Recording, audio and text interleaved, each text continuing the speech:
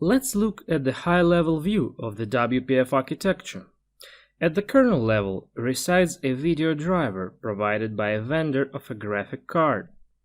WPF stands on the shoulder of the giant, DirectX. Everything WPF renders is rendered through DirectX using 3D pipeline, and even 2D graphics is rendered via 3D pipeline. DirectX is the part which interoperates with the video driver, and all the nitty-gritty of rendering is comprised inside of it. DirectX by itself is a hard technology to use directly, with intention to build standard UI interfaces. That's why you see this diagram with many layers. This is because DirectX has to be abstracted away.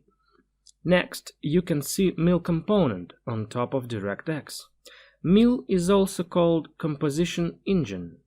MIL stands for Media Integration Layer, and this is the next layer of abstraction which provides the ability to render complex shapes in a single shot.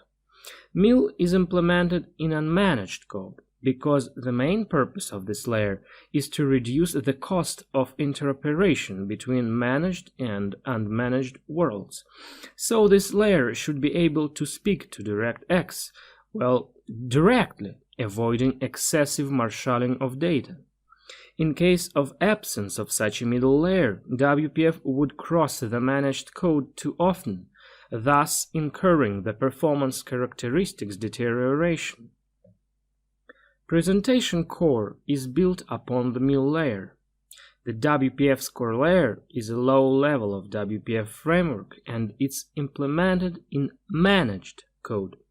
WPF developers rarely use this layer directly, because this is mostly the next level of abstraction, which in its turn interoperates with MIL, though it has a public API which can be quite helpful in certain scenarios.